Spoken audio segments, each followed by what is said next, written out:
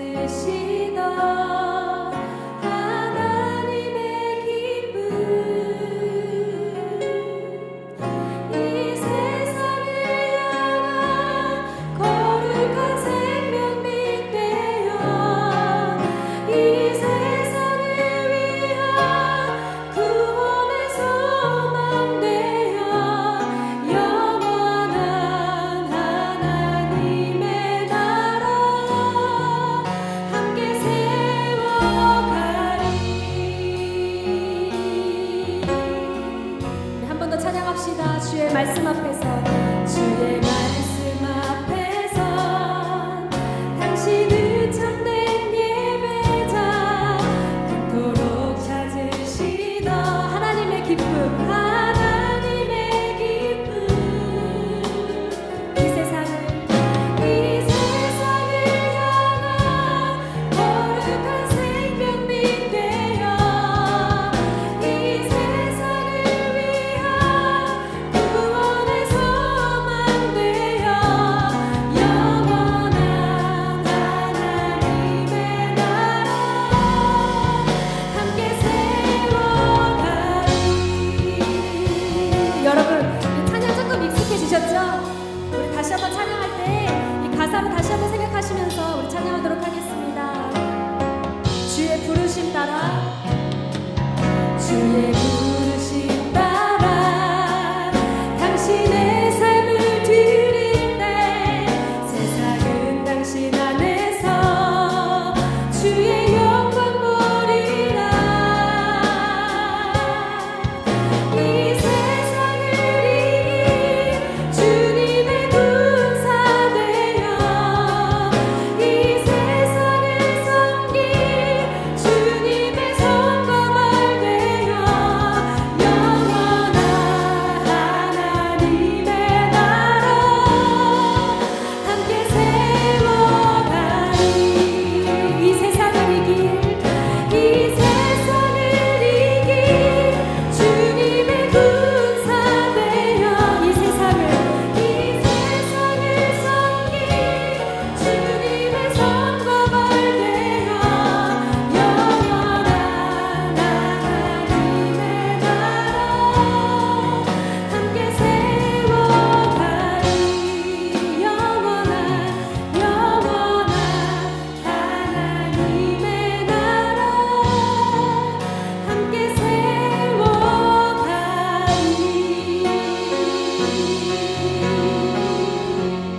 우리 하나님의 군사 되어 하나님의 나라를 세워갈 저와 여러분들 되기를 소망합니다. 아멘. 우리 시간 신나게 우리 박수 치면서 힘차게 찬양하도록 하겠습니다. 찬양하세.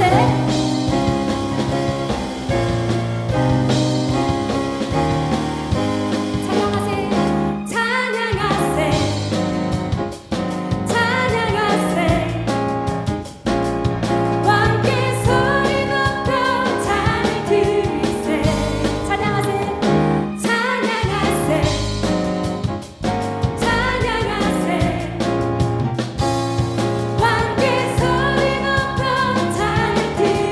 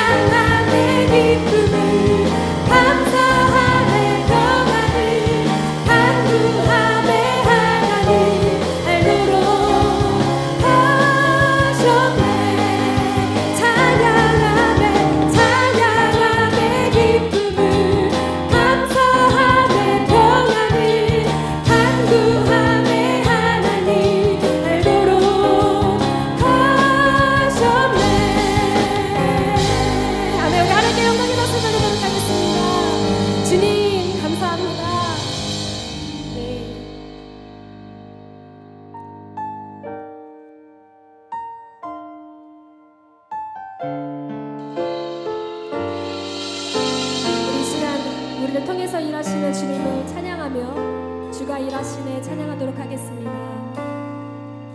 나를 저물어 갈 때 빈들에서 걸을 때 그때가 하나님의 때 내 힘으로 안 될 때 빈손으로 걸을 때 내가 고백해 여호와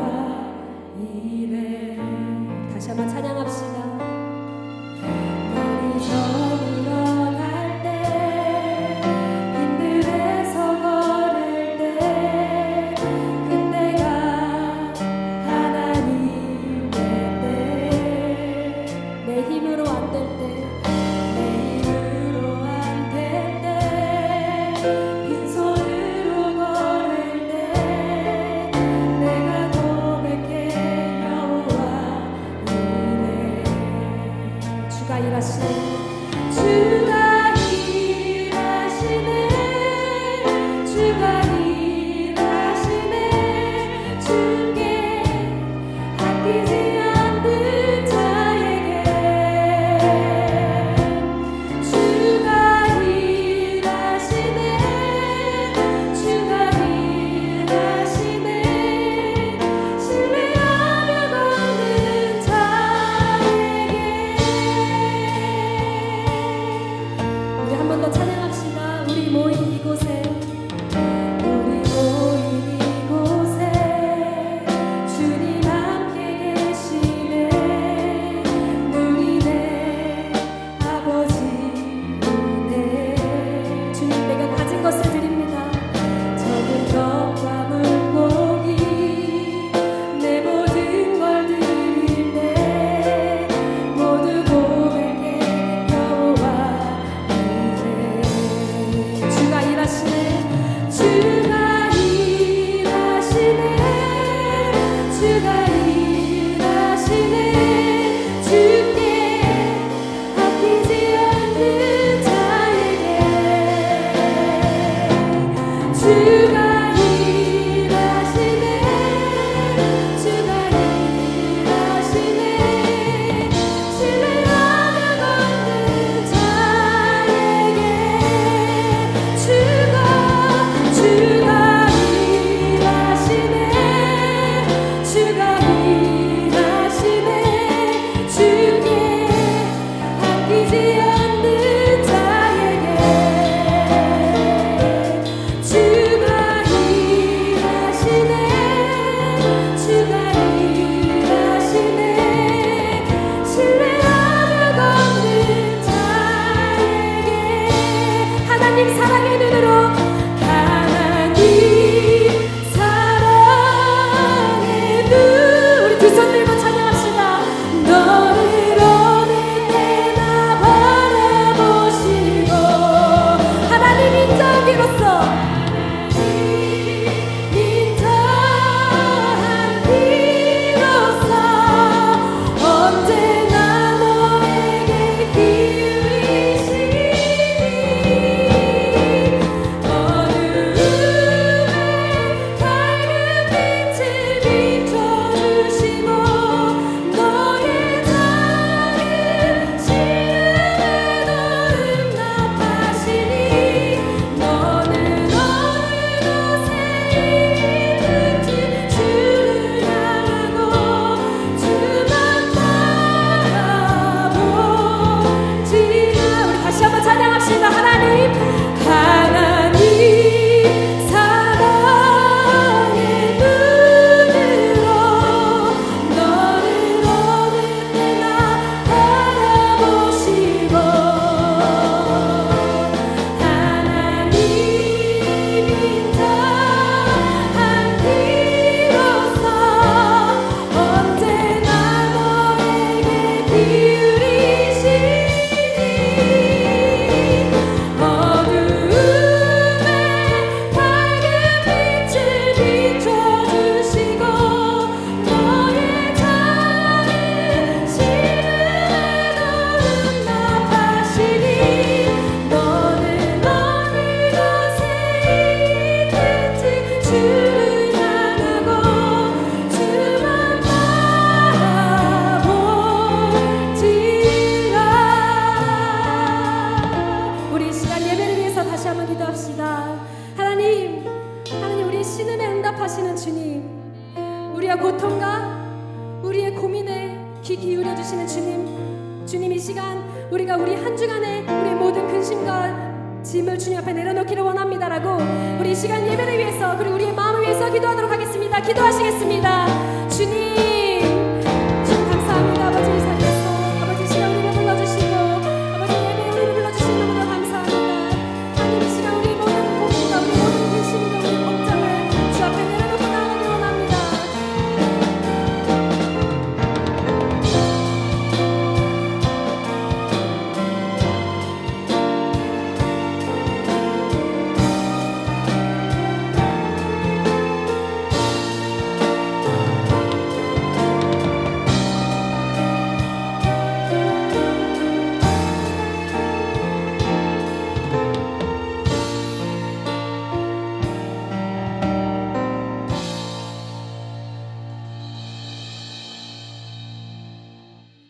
할렐루야.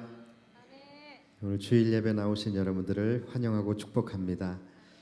오늘 우리를 기다리시고 또 우리를 이 귀한 은혜의 자리로 초청해 주시고 또 우리의 예배를 받으시고 우리가 고백한 것처럼 우리의 작은 신음에도 듣고 응답해 주실 하나님께 우리가 오늘 영과 진리로 나아가는 그런 예배 시간이 되기를 원합니다.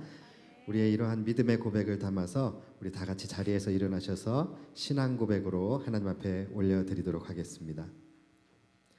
전능하사 천지를 만드신 하나님 아버지를 내가 믿사오며 그 외아들 우리 주 예수 그리스도를 믿사오니 이는 성령으로 잉태하사 동정녀 마리아에게 나시고 본디오 빌라도에게 고난을 받으사 십자가에 못 박혀 죽으시고 장사한 지 사흘 만에 죽은 자 가운데서 다시 살아나시며 하늘에 오르사 전능하신 하나님 우편에 앉아 계시다가 저리로서 산 자와 죽은 자를 심판하러 오시리라. 성령을 믿사오며 거룩한 공회와 성도가 서로 교통하는 것과 죄를 사하여 주시는 것과 몸이 다시 사는 것과 영원히 사는 것을 믿사옵나이다. 아멘.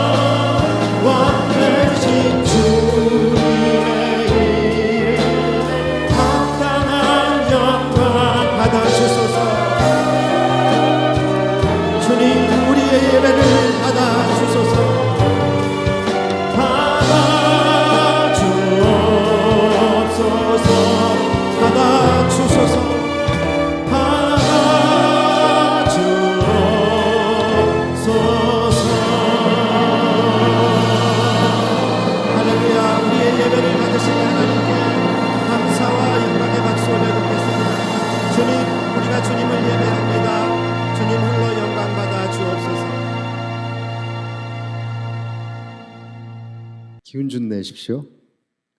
예, 그 1부 때도 그랬는데 2부 때도 여러분들의 지금 어두워요.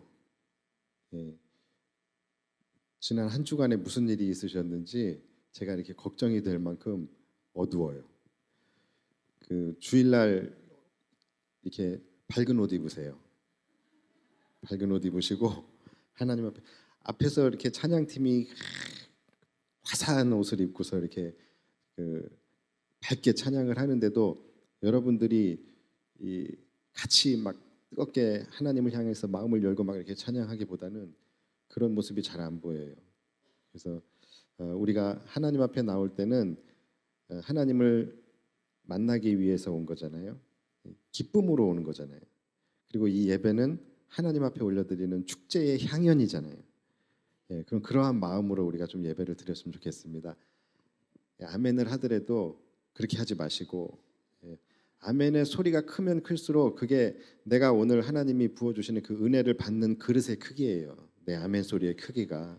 예, 정말로 근거는 없는 얘기인데 어쨌든 예, 정말 그래요. 그래서 여러분들이 정말 적극적으로 하나님 앞에 이렇게 나아갈 때 더 많은 은혜가 부어지는 것은 제가 굳이 이야기하지 않아도 여러분들이 더 잘 아시잖아요. 예, 이왕 하나님 앞에 예배하러 오셨으니까 하나님 앞에 큰 은혜를 받기 위해서라도 내가 좀 더 적극적으로 예배에 참여하고 또 기쁜 마음으로 그렇게 참여하시면 좋을 것 같습니다. 오늘 이렇게 멋지게 강대상도 멋지지요, 그렇죠? 예, 저는 이 하체가 가려진다라는 게 얼마나 은혜스러운지 몰라요. 항상 이 밑에가 부끄러웠는데 너무 좋습니다. 자, 그리고 우리 조이 콰이어라고 이제 우리 교회에서 공식적으로 어린이 합창단 아마 뭐 합창단이면 뭐 인원이 많고 근데 일단은 우리 교회의 우리 어린 자녀들부터 시작을 해서 하나님을 찬양하고 어릴 때부터 하나님을 찬양하고 예, 또 이런 무대에 서고 그렇게 또 찬양으로 하나님 앞에 영광 올려드리고 또 복음을 전하고 이 굉장히 귀한 일입니다. 예, 그리고 누구에게나 주어지지 않는 기회예요. 그래서 여러분들 혹시 자녀들 혹은 손주들 있으시면은 꼭 우리 교인이 아니어도 좋습니다. 하나님을 찬양하는데 내 교회, 네 교회가 어디 있습니까? 예, 다 이렇게 신청하셔서 같이 하면 좋을 것 같아요. 이게 지금 이제 시작하는 것 같지만 이제 얼마 안 있어서 우리나라의 탑이 될 겁니다. 그래서 여러분 지금은 그냥 아무나 신청하면 돼요. 근데 그때 가면 안 돼요. 예, 그러니까 지금 신청할 수 있을 때 여러분 신청 많이 해주시면은 좋을 것 같습니다. 자, 이제 우리가 오늘부터 10계명을 나가기로 했는데 10계명의 본론으로 서론은 우리가 지난 시간에 했고요. 본론으로 들어가게 될 텐데요. 많은 분들이 10계명에 대해서 굉장히 잘못 생각하고 있는 부분이 있습니다. 10계명이 구원의 백성이 되기 위해서 최소한으로 우리가 지켜야 할 그러한 계명들을 한 10가지 정도로 압축시켜 놓은 것, 그것이 10계명이다라고 생각하시는 분들이 굉장히 많아요. 그런데 이거는 아주 잘못 생각을 하고 있는 것이죠. 그게 아니에요. 여러분 10계명은 누가 지키는 거라 그랬죠? 구원을 받을 사람이 지키는 겁니까? 아니면 이미 구원을 받은 사람이 지키는 겁니까? 그렇죠. 제가 지난 시간에도 몇 번을 강조해서 말씀드렸듯이 10계명은 앞으로 구원을 받을 사람이 구원을 받기 위한 조건으로 지키는 것이 아니에요. 이미 하나님으로부터 구원을 받은 백성들이 구원의 반응으로 지키는 것이 10계명인 것입니다. 제가 이 말씀을 왜 드리냐면은 성도들 중에서 10계명이라는 것이 굉장히 중요한데 이 10계명에 대한 올바른 이해를 갖고 신앙생활을 하시는 분이 생각보다 많이 없어요. 그래서 이 개념을 좀 분명히 하실 필요가 있어서 그래요. 어떤 분들은 10계명에 대해서 너무 가볍게 생각을 해요.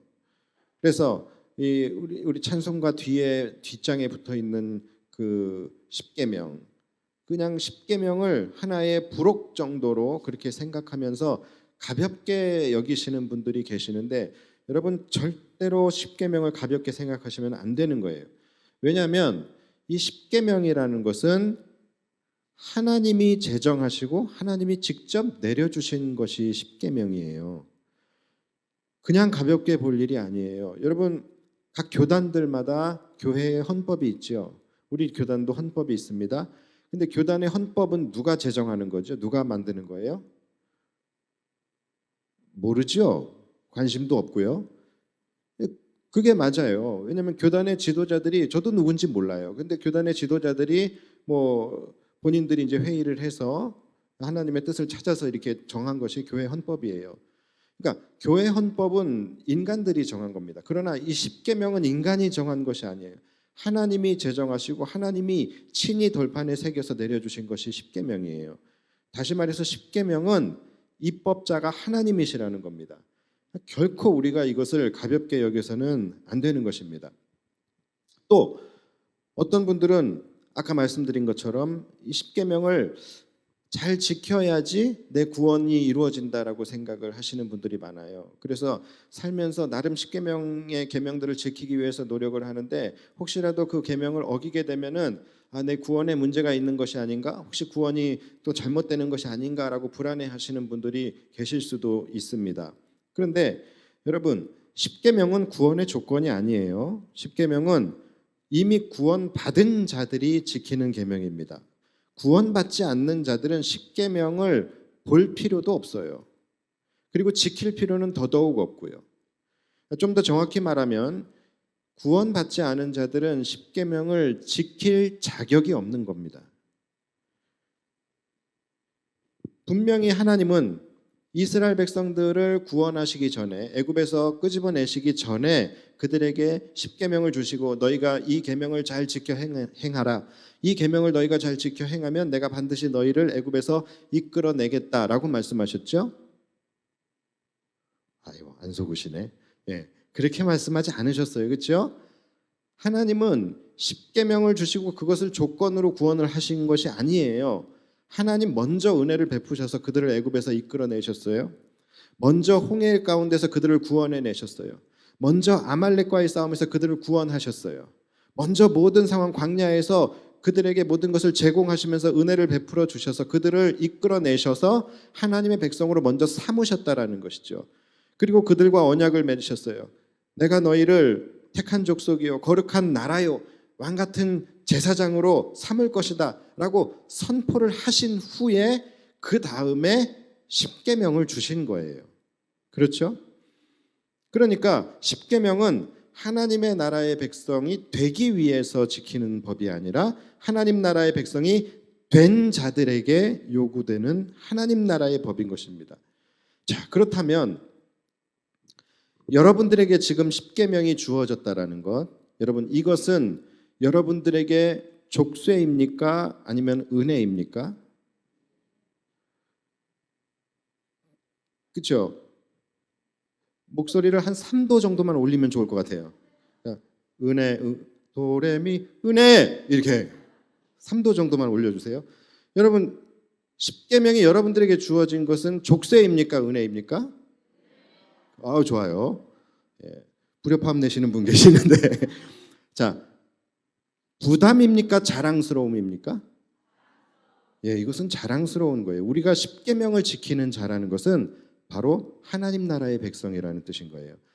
제가 군대에 있을 때에 유격이라는 유격 훈련이라는 것을 봤는데 이제 우리 부대랑 또 그 우리 사단 안에 있는 수색대랑 같이 이제 유격을 훈련을 받았습니다.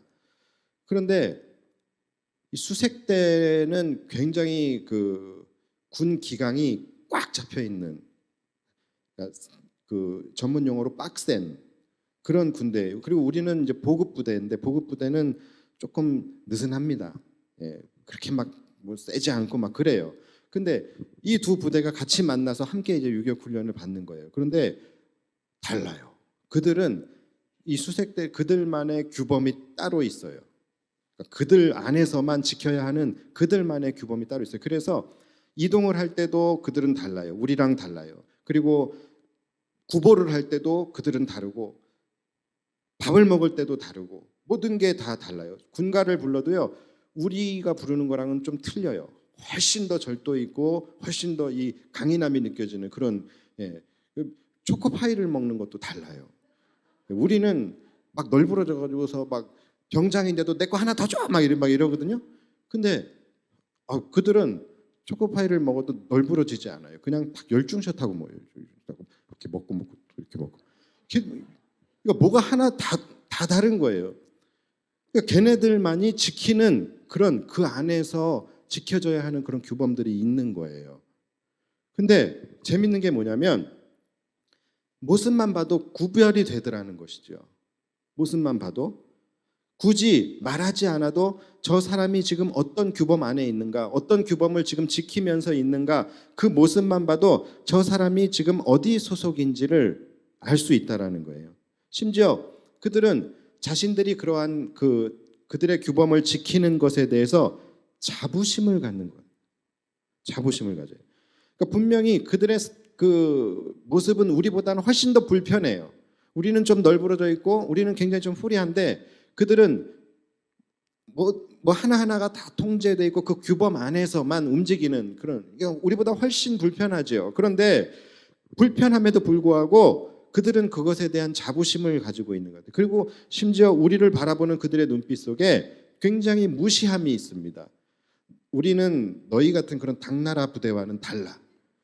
그런 이 무시하는 눈빛이 있어요. 근데 그것도 당연하게 느껴지는 게 우리도 그걸 느꼈으니까요. 우리도 그들을 보면서 와, 군인이다 그랬거든요. 그러니까 그들이 뭐 해병대나 막 특전사나 막 이런 UDT 뭐 이런 게 아니에요. 그냥 우리 사단 안에 있는 수색대임에도 불구하고 굉장히 신기하게 느껴지고 또 그들의 그 규범이 때로는 부럽게도 느껴지더라고요. 여기 붙인 독수리도 좀 부럽고 막 그런 것들이 이런 구별됨이 그들 안에서 나타나는 것이 그들에게는 자부심일 수 있더라는 것이죠.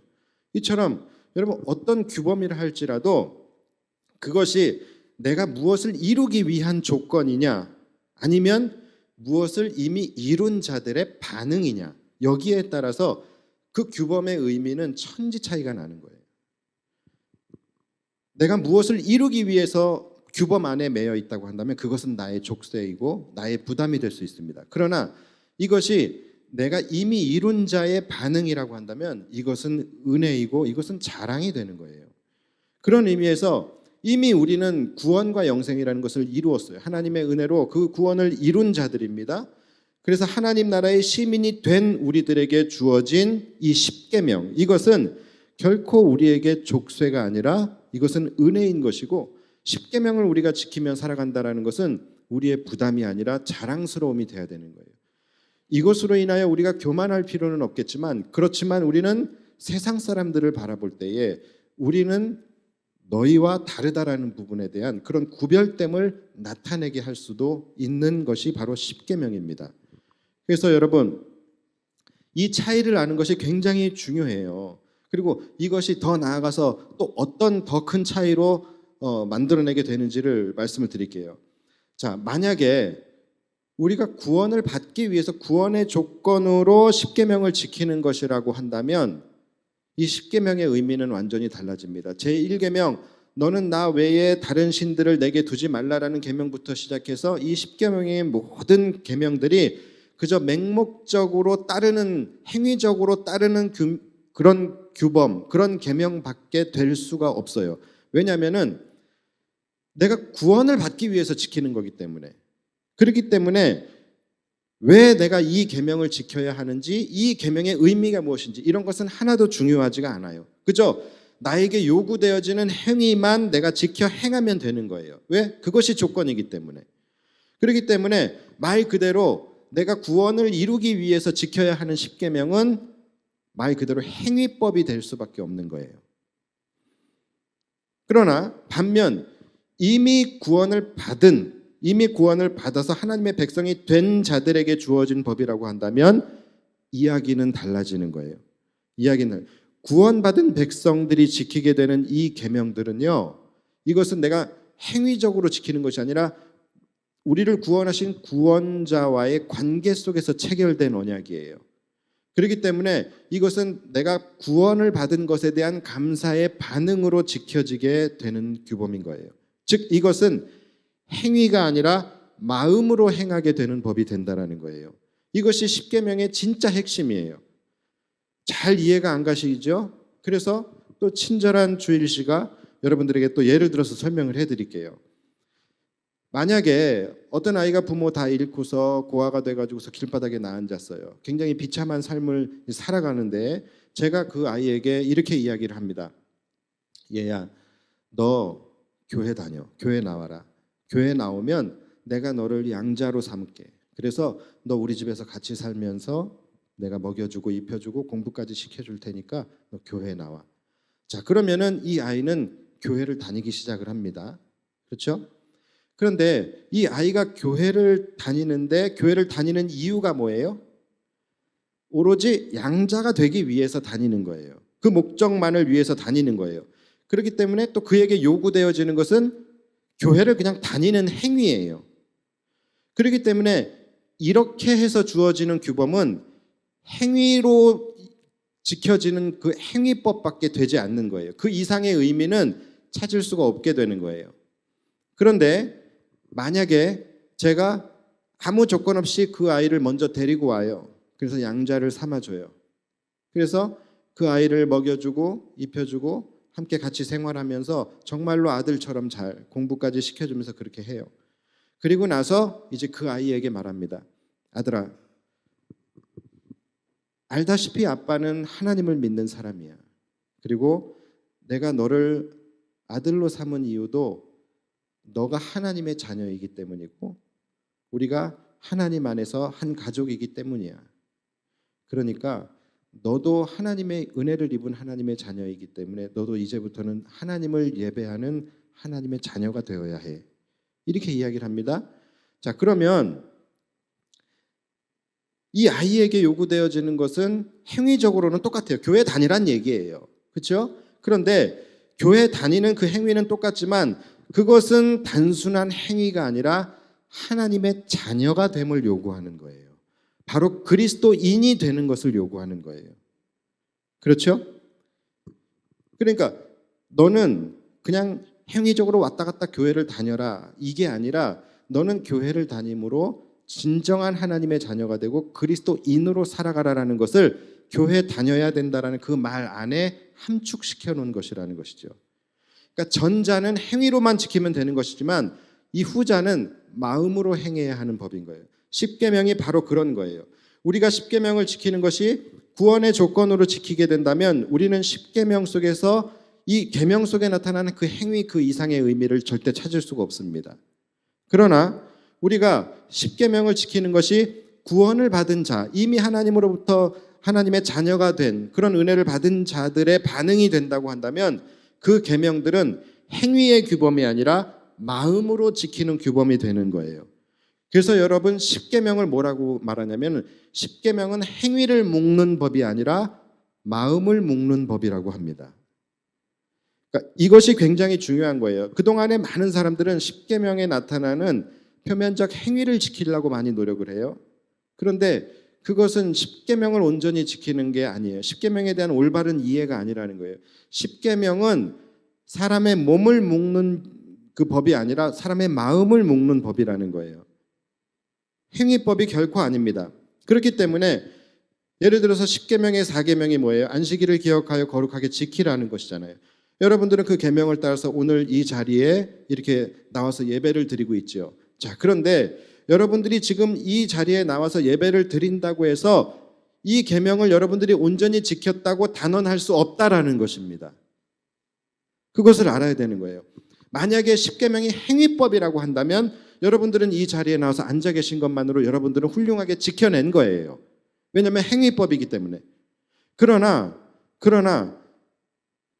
이것이 마음으로 지키는 법이라고 한다면 이 계명을 지켰냐 못 지켰냐의 준행 여부는 여러분들이 이 자리에 앉아있는 그 모습에 달려있는 것이 아니라 바로 예배를 드리고 있는 여러분들의 마음에 달려있다는 거예요.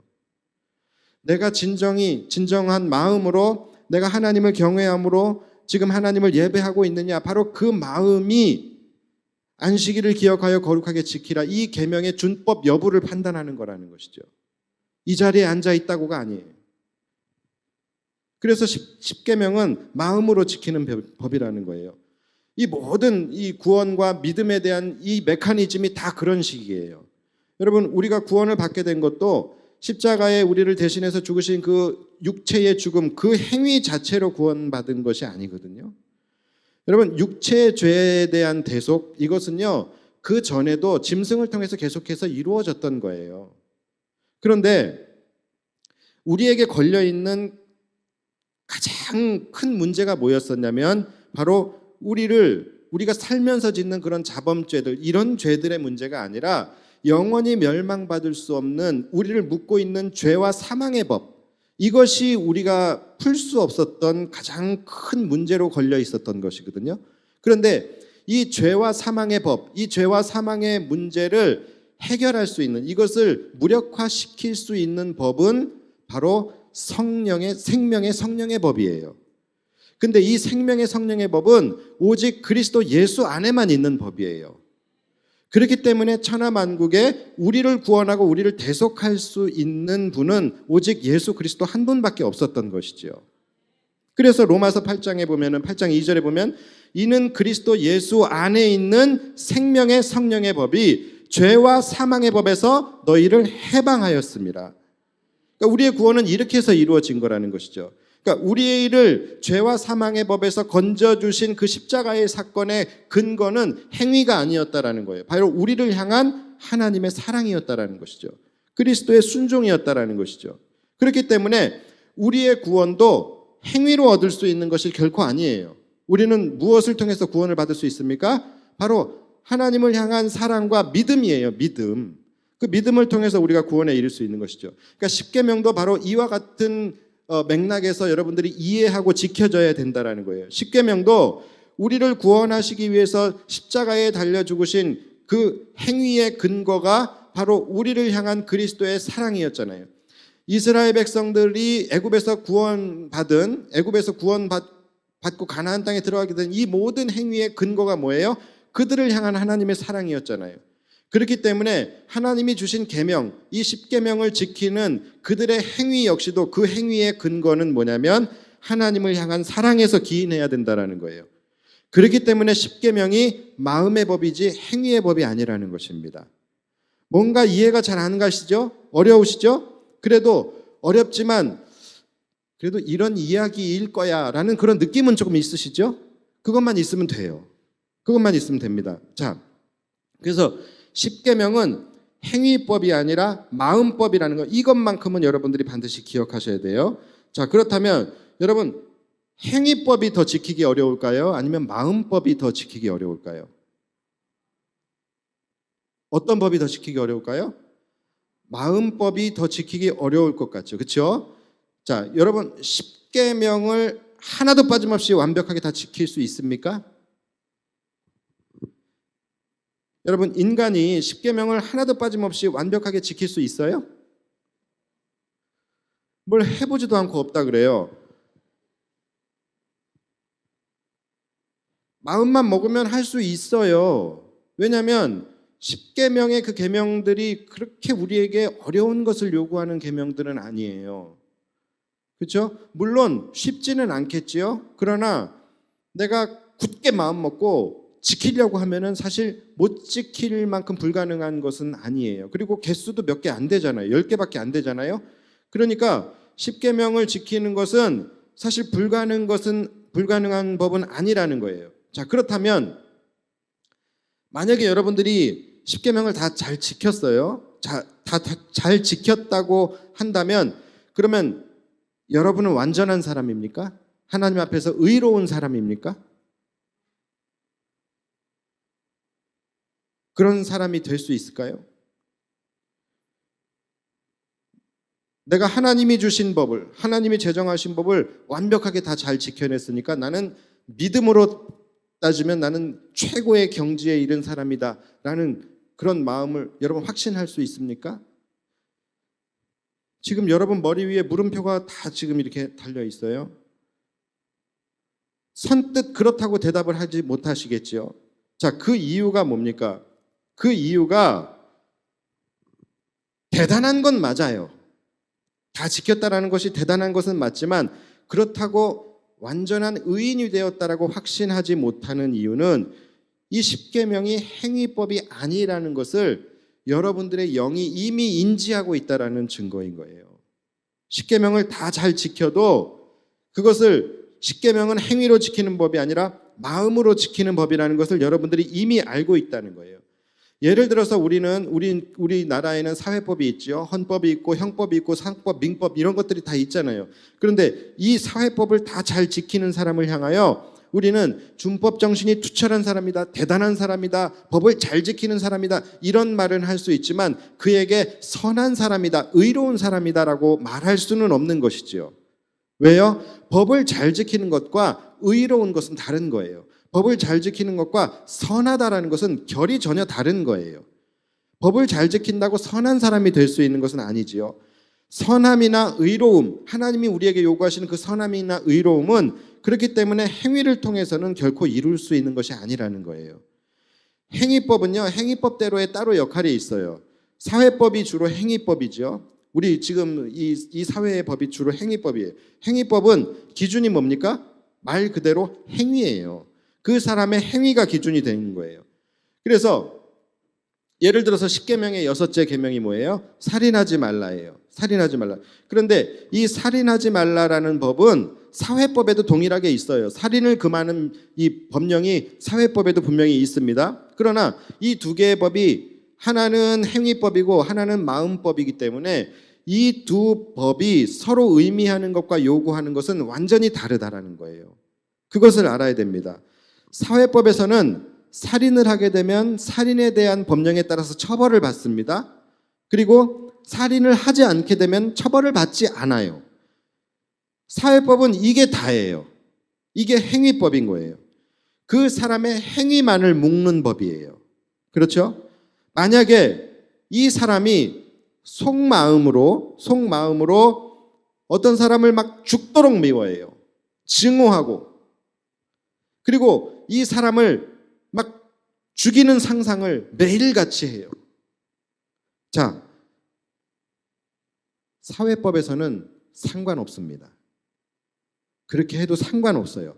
아무리 악한 생각을 한다 할지라도 실제로 살인만 하지 않으면 그 사람은 준법자예요. 범법자가 아닌 거예요. 그렇죠? 사회법은요, 절대로 사람의 마음을 묶지 않아요. 사람이 어떤 마음을 품었든지 사회법은 절대로 그것을 다스리려고 하지 않습니다. 어떤 마음을 가졌다고 해서 그것을 통제하거나 그것을 처벌할 수 있는 법령은 사회법에는 없어요. 사회법이 금하는 것은 오로지 뭡니까? 바로 행위예요. 행위 그 자체만을 보고 판단하는 거예요. 그래서 실제로 전혀 나는 누군가를 죽일 마음이 없었는데 정말로 사고로 의도치 않게 사람을 죽이게 되면 그 사람은 과실치사로 처벌을 받게 돼요. 범법자가 되는 거예요. 아무 나는 사람을 죽일 의도가 없었다 할지라도 또는 반대로 나는 이 사람에 대해서 날마다 죽여 마음속으로 정말 이 사람을 너무너무 미워하고 증오하고 모든 저주를 날마다 퍼부었지만 내가 행위적으로 그 사람을 죽이지 않으면 그 사람은 준법자입니다. 사회법에서는 그 사람의 마음을 묶지 않기 때문에. 그러니까 지금 우리 올해부터 시작된 그 우회전법 이것도 마찬가지 그런 맥락인 거예요. 우회전을 했을 때 만나는 횡단보도에 파란불이 켜져 있다 할지라도 지나가는 사람이 없으면 차가 지나가도 된다라는 거예요. 마음대로 지나가라는 거예요. 단 사람을 치면 중과실로 처벌받는다는 거죠. 그러니까 이 사람의 마음이 내가 법을 지키고 싶었는데 아니 뭐 이런 마음은 하나도 필요 없어요. 그냥 사람을 쳤냐 안 쳤냐예요. 민식이법도 그런 거잖아요. 아무리 내가 잘 지키면서 가더라도 사람을 치면은 아이를 치면은 무조건 그냥 쳐버린 거예요. 쳤냐 안 쳤냐 그 행위만 기준이 된다라는 것이죠. 그렇기 때문에 이 사회법은 얼마든지 맹목적으로 지킬 수 있는 법이 사회법이고 또 맹목적으로 지켜야만 하는 법이 사회법, 행위법인 거예요. 그러나 여러분 하나님의 법은 그렇지 않아요. 하나님의 법은 십계명은 마음을 묶는 법이에요. 그렇기 때문에 결코 이것은 맹목적으로 지킬 수가 없는 법입니다.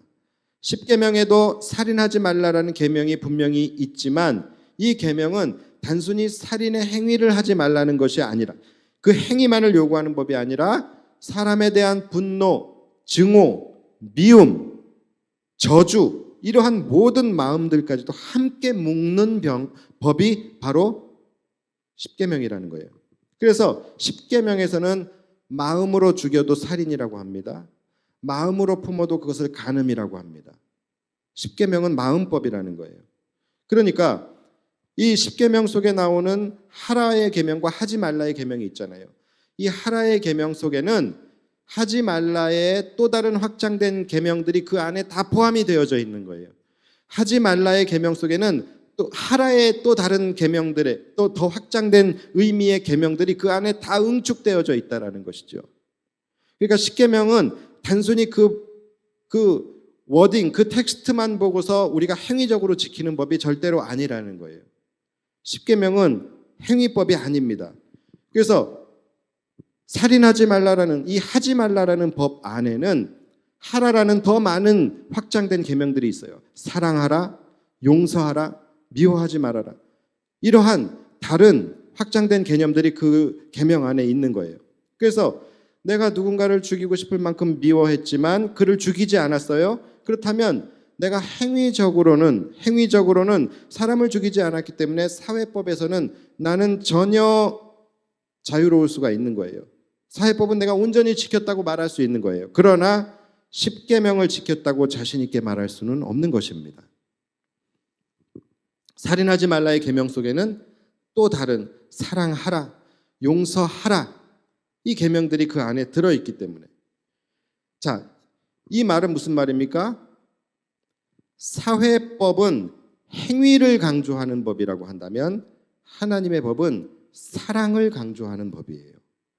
사회법은 인간의 최소한의 질서를 요구하는 법이라고 한다면 하나님의 법은 하나님의 창조 질서를 요구하는 법이에요. 사회법은 최소한의 인간의 권리를 회복시키는 법이라고 한다면 하나님의 법은 우리 안에 있는 하나님의 형상을 회복시키는 법이라는 거예요. 그렇기 때문에 여러분 십계명을 사회법의 개념에서 생각하시면 절대로 안 되는 거예요. 십계명은 사회법이나 도덕법의 개념으로 생각하기 쉽습니다. 왜냐하면 십계명의 내용들이 굉장히 도덕법스러워요. 살인하지 말라, 거짓말하지 말라, 간음하지 말라, 거짓 증거하지 말라 이렇게 도덕법에 가깝기 때문에 우리가 자칫 잘못하면 이 십계명을 도덕법이라고 생각할 수 있는데 여러분 십계명은 하나님 나라의 법입니다. 도덕법이 아니에요. 그러므로 우리가 십계명을 지킬 때에 우리의 마음과 목적이 내가 십계명을 지킴으로 인해서 내가 도덕적으로 우월해지거나 내 안에 있는 도덕성을 함양한다라는 그런 마음과 목적으로 십계명을 지키면은 아무 의미가 없는 거예요. 그래서 십계명을 지킬 필요가 없는 거예요. 우리가 십계명을 지킬 때의 마음과 목적은 뭐여야 되냐면 내가 이것을 지킴으로 나는 하나님 나라의 백성이고 하나님 나라의 질서를 이루어가고 내 안에 하나님의 형상을 회복시키기 위한 마음과 목적을 가지고 우리가 십계명을 바라보고 지켜야 된다는 것입니다. 이 차이를 여러분들이 아시는 것이 굉장히 중요한 거예요. 목사님 십계명 오늘 본론 나간다면서 왜 본론 안 나가고 계속 이렇게 뜻만 들이고 서론만 하고 있느냐 그런 생각 가지고 계실 텐데 여러분 이게 십계명의 본론이에요. 이거 제가 지금 말씀드리는 것은 서론이 아니라 이게 정말로 중요한 십계명의 본론입니다. 각 계명들 이것은 십계명의 결론이에요. 이건 반응들이에요. 우리가 십계명을 어떻게 지켜야 되느냐? 그러니까 십계명에 대한 이해가 없이 우리가 그냥 바로 본 계명으로 들어가 버리면요. 아무리 한 계명 한 계명을 우리가 자세하게 나누고 그런다 할지라도 아무 의미가 없어져 버리는 거예요. 십계명을 지킬 이유가 없어져 버리는 거예요. 계명 자체가 보면은 공감할 내용들이 너무 많잖아요. 그리고 굉장히 이건 도덕적으로 우리가 고개가 끄덕거려지는 그러한 계명들이란 말이에요. 그렇기 때문에 이것을 도덕법으로 착각할 수가 있다라는 거예요. 그러나 이것은 십계명은 하나님이 주신 법이고 하나님 나라를 이루기 위한 법이라는 것을 절대로 잊어버리시면 안 됩니다. 안 됩니다. 자, 그러면 믿기지 않으시겠지만 1계명부터 보겠습니다. 자, 뭘 또 한숨을 쉬고 그러십니까? 제가 설마 10계명을 다 하겠어요?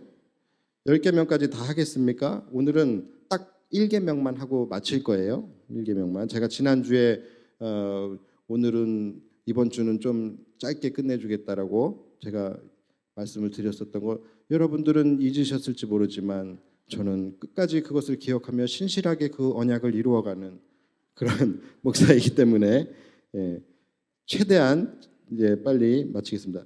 자, 1계명이 3절에 나오죠. 3절에 1계명이 뭐냐면 너는 나 외에 다른 신들을 내게 두지 말라라고 말씀하시죠.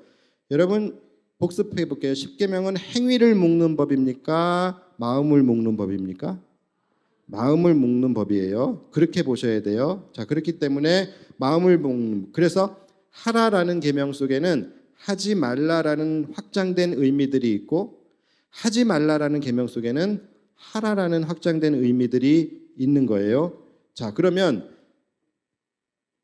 너는 나 외에는 다른 신을 내게 두지 말라.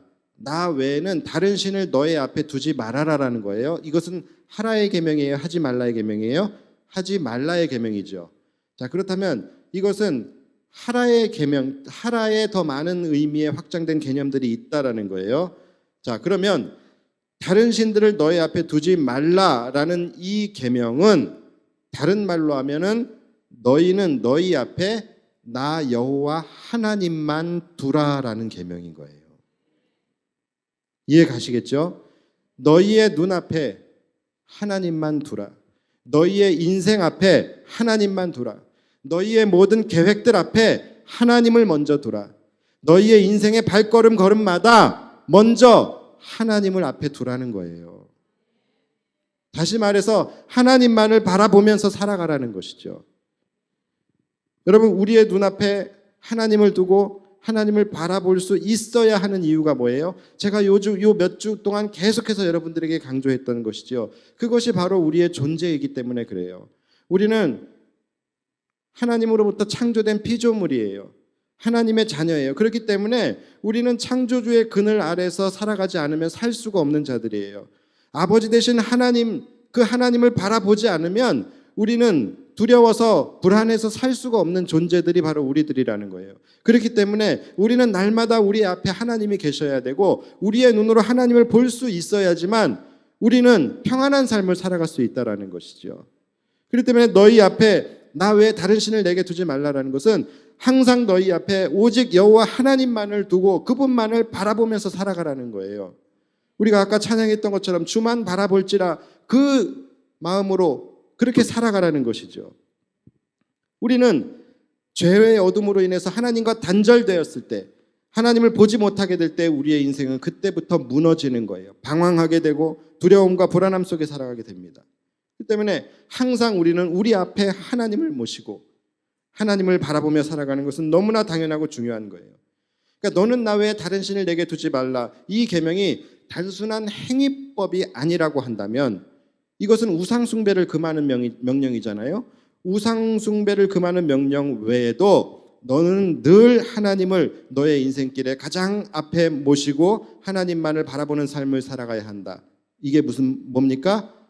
바로 임마누엘이죠. 임마누엘의 삶을 요구하시는 계명인 거예요. 또 그것뿐만이 아니죠. 너희 앞에 늘 하나님을 두라. 이 말씀은 뭡니까? 바로 하나님 앞에서 살아가라는 거예요. 하나님이 내 앞에서 나를 늘 함께 하시며 나를 보고 계신다라는 것을 늘 인식하며 살아가라는 것입니다. 그러니까 전자가 임마누엘의 삶을 요구하시는 것이라면 지금 이것은 뭡니까? 바로 코람데오, 하나님 앞에서 살아가는, 하나님이 나를 늘 보고 계신다라는 것을 내가 인식하며 살아가는 코람데오의 삶을 요구하시는 거예요. 그러니까 제1계명 속에서 우리에게 요구하시는 하나님의 말씀은 바로 우상숭배를 금하는 명령도 있지만 임마누엘의 삶, 또 코람데오의 삶을 우리에게 요구하시는 계명이라는 것이죠. 이것을 아셔야 되는 거예요. 그래서 이 1계명을 보면서 나는 우상 숭배 안 하니까 나 이 1계명을 난 잘 지키는 사람이야. 내 앞에 우상의 형상을 두지 않았으니까 나는 1계명을 온전히 지키는 사람이야 라고 생각하면서 사셨던 분들이 있으셨을 수도 있어요. 그러나 이제부터는 그게 아닌 거예요. 행위법이 아니라는 거예요. 이 하지 말라라는 계명 속에 응축되어져 있는 더 많은 하라의 계명들, 이것들을 우리는 볼 수 있어야 된다는 거예요. 10계명은 마음을 묶는 법이기 때문에. 자, 오늘 여기까지 하고 다음 주에 이어서 나누도록 하겠습니다. 제1계명, 너는 나 외에는 다른 신들을 내게 두지 말라. 이 계명은 우상 숭배를 명하는 계명이거니와 또 늘 하나님을 너희 앞에 두고 하나님과 동행하라는 임마누엘의 계명이고 늘 하나님 앞에서 살아가라는 코람데오의 계명임을 기억하시고 하나님께서 직접 제정해 주신 이 귀한 계명들을 여러분들이 행위가 아닌 믿음으로 그것을 지키며 살아가실 수 있는 저와 여러분들이 되시기를 주님의 이름으로 축원합니다. 기도하겠습니다.